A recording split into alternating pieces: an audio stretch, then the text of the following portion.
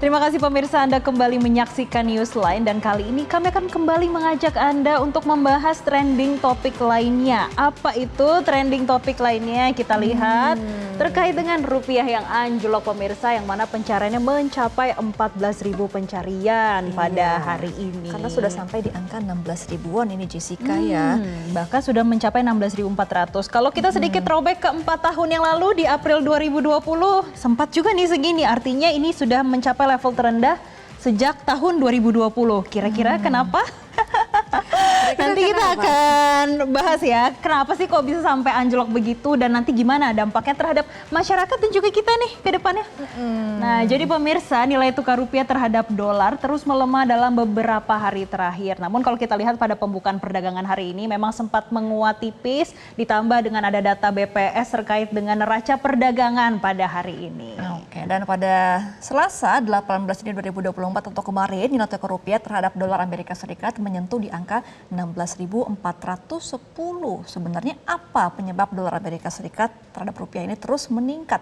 Ada beberapa faktor ya Jessica ternyata ya. Ini ada apa aja nih? Jadi ada beberapa faktor yang membuat nilai tukar rupiah ini tidak bisa menguat signifikan terhadap dolar Amerika Serikat. Misalnya saja permintaan mata uang yang tinggi yang akan membuat harganya naik. Dan sebaliknya permintaan rendah yang menyebabkan harganya turun. Tetapi ada juga faktor lain mempengaruhi nilai tukar rupiah dengan dolar Amerika. Misalnya adanya perbedaan suku bunga acuan baik di Indonesia dan juga di negara lain. Nah, Indonesia saat ini memiliki suku bunga sekitar 6%, sedangkan Amerika Serikat 5,5%. Dan hal ini membuat kurs dolar Amerika Serikat menjadi lebih tinggi daripada rupiah. Dan ternyata memang tren ini secara global ya, nggak cuma rupiah juga. Jadi Filipina peso juga kena, Jepang yen juga kena, Korea juga kena ya. Dan pemirsa, jadi ini kondisi suatu negara dan kondisi global juga turut berpengaruh pada nilai tukar rupiah dan juga berbagai mata uang lainnya. Nah, dengan menguatnya dolar Amerika Serikat, para pemilik modal atau investor nih justru memilih investasi ke mata uang yang lebih aman dan kuat seperti dolar Amerika Serikat ataupun euro. Bahkan kalau kita lihat emas ya menjadi safe haven dari para investor. Oke, jadi orang-orang ini investasinya beralih malah ke emas ya? Kita lihat sih rata-rata kayaknya sekarang mulai ke dolar semua sih rata-rata ya. Karena dolarnya lagi naik. Lalu apa bahayanya ya jika nilai tukar rupiah terus melemah terhadap dolar Amerika Serikat? Hal ini tentunya akan mengganggu anggaran negara karena ada penerimaan atau pengeluaran yang menggunakan kurs dolar Amerika Serikat. Nah, peningkatan nilai dolar Amerika Serikat ini membuat pembayaran utang negara yang menggunakan mata uang dolar menjadi lebih besar daripada jumlah utang aslinya. Dan efek lain dari peningkatan dolar adalah berdampak pada kondisi masyarakat umum. Yang mana pemirsa, harga barang atau jasa yang impor ini akan menjadi lebih mahal. Oh, berarti ini kalau mau belanja juga akan berpengaruh ya terhadap barang-barang, apalagi kalau yang kita suka beli barang-barang impor ya. Kalau rupiahnya udah turun sampai 16.400 mungkin akan lebih mahal nih pemirsa barang-barangnya. Kenaikan nilai tukar mata uang dapat menguat juga seiring waktu pemirsa. Namun penguatan itu belum tentu terjadi karena pemerintah perlu melakukan sejumlah langkah untuk stabilisasi nilai tukar rupiah seperti meningkatkan surplus dari ekspor, mengurangi impor, menurunkan inflasi serta menurunkan suku bunga. Nah, nurunin impor ini masih possible nggak ya? Nah, nanti kita akan tanya ya karena kalau data BPS pada hari ini memang impor Indonesia tuh sempat anjlok di bulan lalu, tapi nanti kita akan tanyakan apakah anjloknya impor ini ada hubungannya dengan depresiasi nilai tukar rupiah atau tidak, mengingat kita tuh juga masih tergantung dengan impor ya, terutama nih untuk pengusaha, bahan bakunya, bahan penolongnya, bahkan untuk logistik kita juga bayarnya masih pakai dolar. Nah, nanti tuh dampaknya seperti apa ya? Nah, kemudian juga pembangunan infrastruktur serta memperbaiki transportasi juga dapat mempermudah rantai pasokan barang dan jasa. Hal ini akan membuat harga barang dan jasa menjadi lebih murah sehingga mencegah inflasi. Dan pemirsa, pelemahan mata uang rupiah terhadap dolar Amerika Serikat ini membuat para pengusaha resah nih. Hal ini memang diungkapkan Ketua Umum Asosiasi Pengusaha Indonesia atau APindo, Sinta W. Kamdani. Sinta menyebut pelemahan nilai tukar rupiah hingga 16.400 per dolar Amerika Serikat tidak kondusif bagi dunia usaha. Nah, ini berpengaruh kepada pegawai juga nantinya ya. Kalau pengusaha sudah mulai resah, gimana nasib kita ini?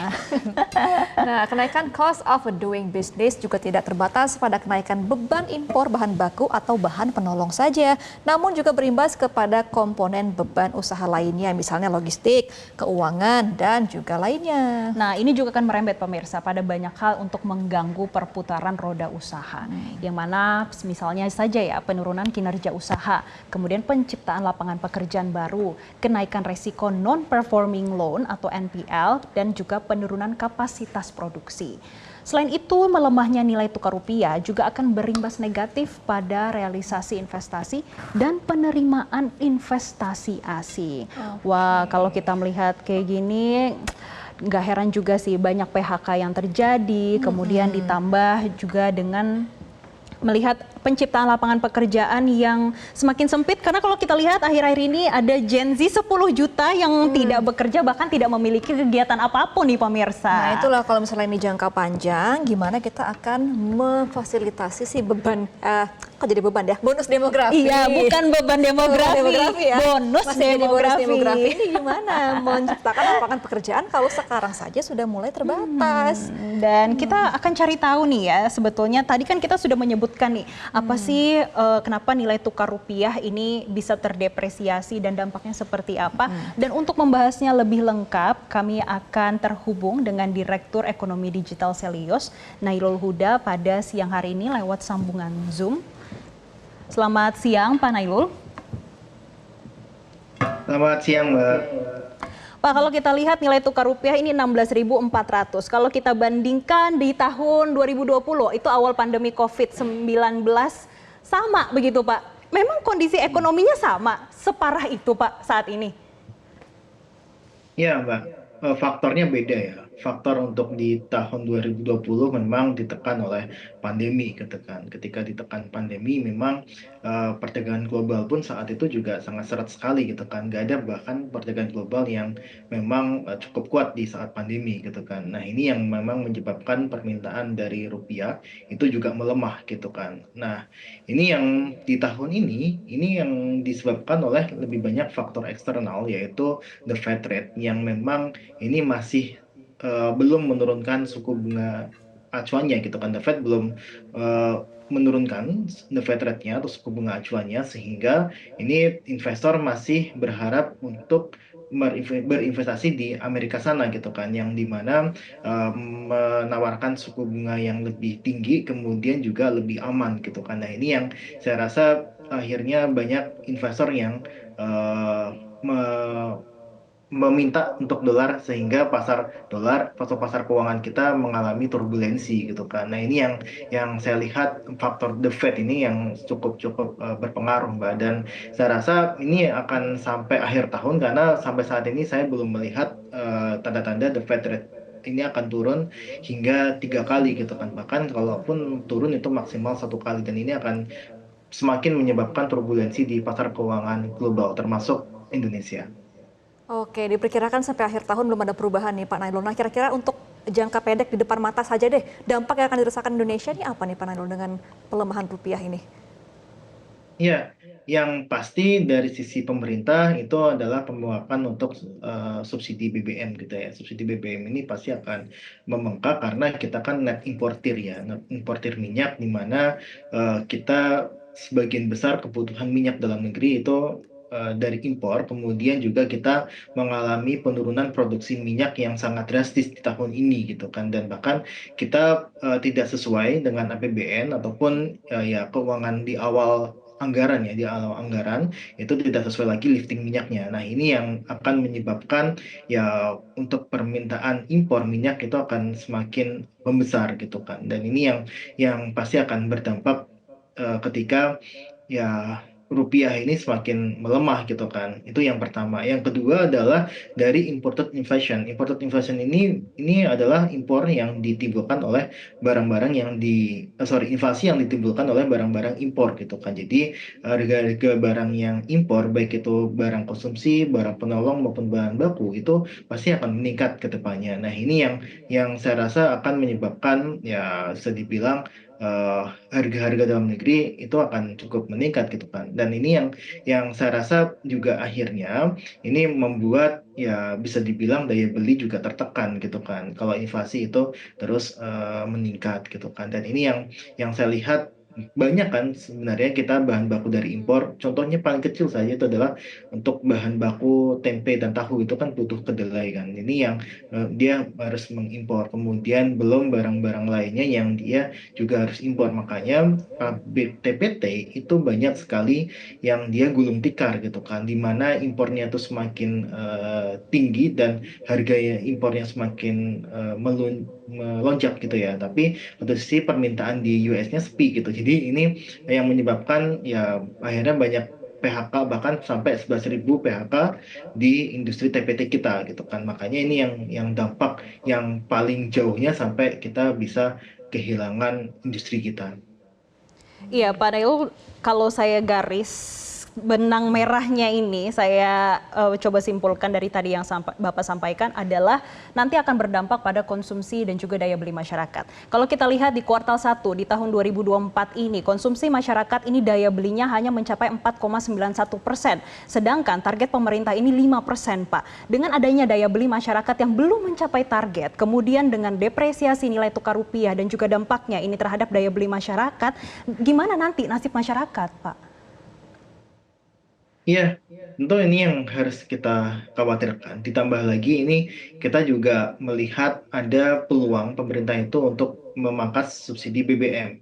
Nah, ini yang yang saya sebutkan itu pasti akan lebih menekan daya beli masyarakat kita gitu kan. Kita tahu bahwa ya ini sebenarnya pemerintah ini kan sudah lama bisa untuk memangkas subsidi BBM ya. Kita sudah dapat sinyal-sinyal dari pemerintah baik itu secara lisan gitu kan ataupun ya secara tidak langsung gitu kan, tidak langsung oleh pemerintah yang memberikan sinyal bahwa ada pemangkasan subsidi BBM. Nah, ini yang kita waspadai bahwa jangan sampai ini inflasi yang sudah terjadi gitu kan, baik itu inflasi yang ditimbulkan oleh impor ataupun inflasi dari domestik, itu kan ini ditambah lagi pemerintah ingin menaikkan harga pertalite gitu kan. Nah, ini yang saya rasa itu harus jadi waspada gitu. Jangan sampai sebenarnya harga-harga yang diatur oleh pemerintah itu ikut dinaikkan gitu. Nah, ini yang kita waspadai dan kita dorong agar pemerintah tidak melakukan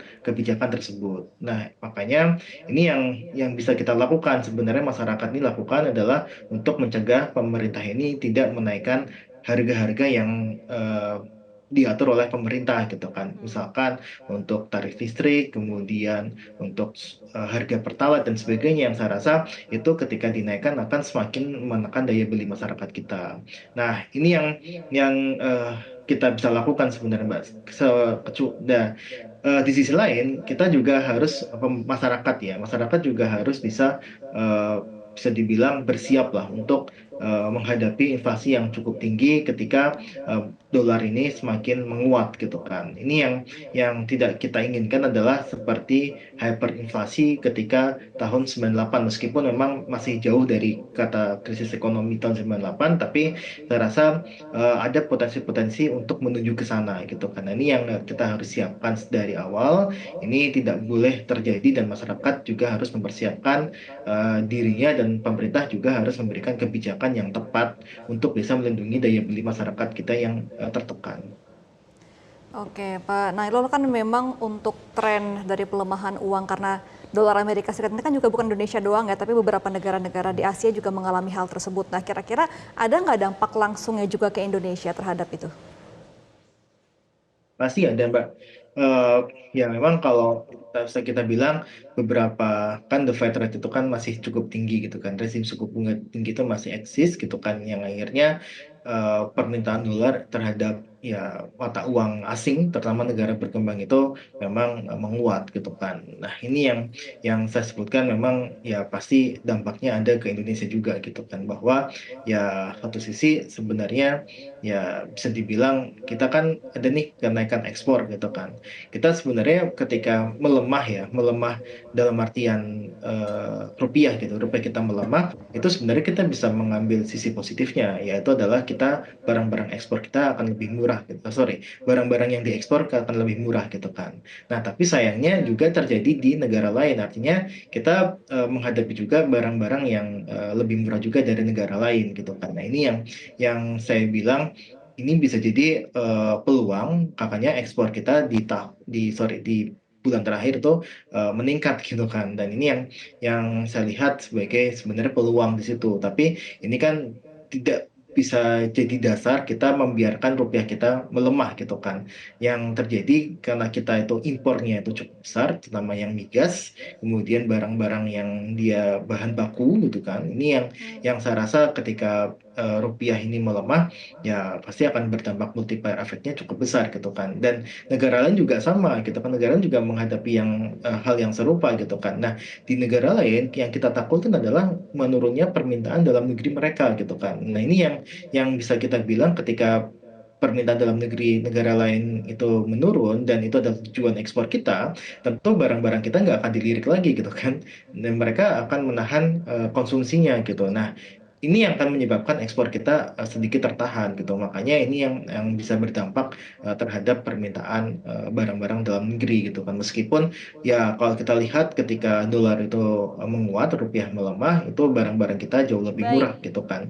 Nah, baik. Sebetulnya masih tapi satu ada sisi ya permintaan juga kesempatan akan ya Pak berpengaruh melihat terhadap ekspor kita. depresiasi nilai tukar rupiah ini terutama pada ekspor. Pak, ini menarik sekali karena hari ini BPS juga merilis terkait dengan neraca perdagangan Indonesia, namun dinyatakan kalau impor kita anjlok untuk bulan Mei. Dan kami juga ingin tahu Pak, di BI ini tanggal 20 akan ada rilis terkait suku bunga acuan. Nanti kira-kira gimana dan dampaknya terhadap depresiasi nilai tukar rupiah.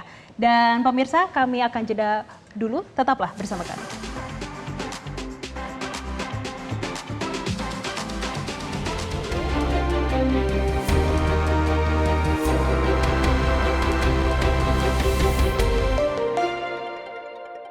Jelajahi cara baru mendapatkan informasi. Download Metro TV Extend sekarang.